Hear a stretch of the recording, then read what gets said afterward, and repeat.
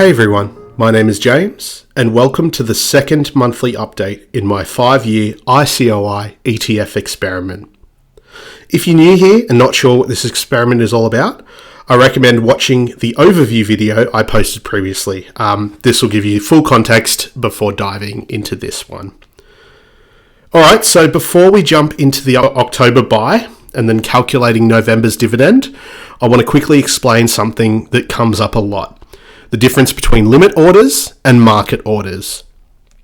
So a market order is basically telling your broker, buy or sell this ETF right now at the best available price. It's instant, super easy and quick, but the price you can get can vary slightly, especially if the market is moving fast. If, say, you have $50 to invest and you want to buy $50 worth of a stock or ETF, but you don't care what price you buy at, this is the best option. A limit order, on the other hand, gives you more control. You set the maximum price you're willing to pay for a buy or the minimum price you're willing to accept for a sell, and the order will only go through if the ETF's price hits that level. So for example, if ICOI is trading around $29.02 and I only want to buy it if it dips to $29, I can set a limit buy at $29.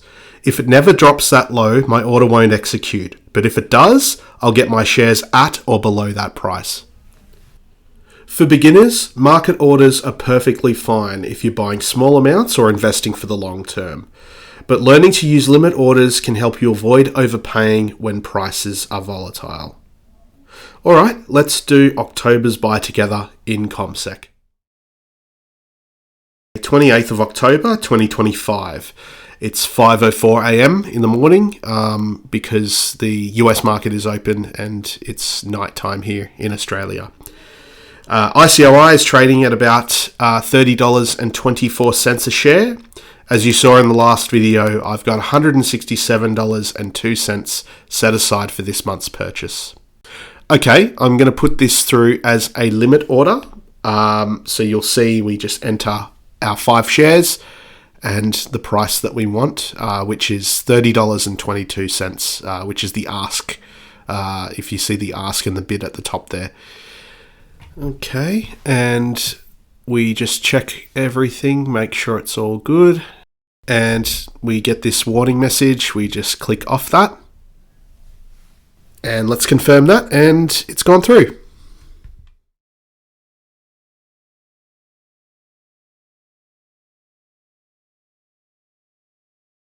Okay, it's the 27th of the 11th, which is ex-dividend day for ICOI. So let's go to the email. I've just received the email this morning, November 2025 distributions for Bitwise Fund Trust ETFs. So we've got a list of them here. So ICOI is here, and there's the other funds that they provide. So let's click View Distribution Details, and it's going to load up the website with our distributions here. So here we go. ICOI distribution per share is $2.59 a share, which is 140.33% distribution rate. So a little lower than last month. So if we go back to our sheet, we have a look. Our last dividend was $3.93. So I'm going to start filling this out.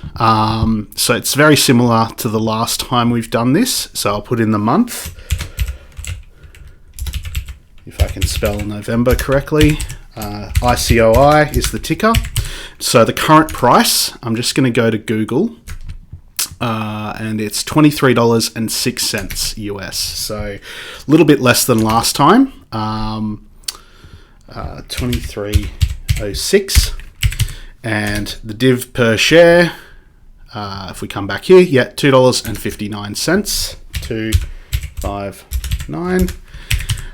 Number of shares. So now what we can do here is, because the last time we had 50 shares to begin with, and we bought some new shares, so we can do a formula here to calculate this every time, so we don't have to add the numbers up every time. So what we'll do is we'll say equals E2, which is the number of shares that we have, plus J2, and that will give us 55. So the next month we do this, I can just pull this formula down, and then basically, yeah, it will just add automatically for us.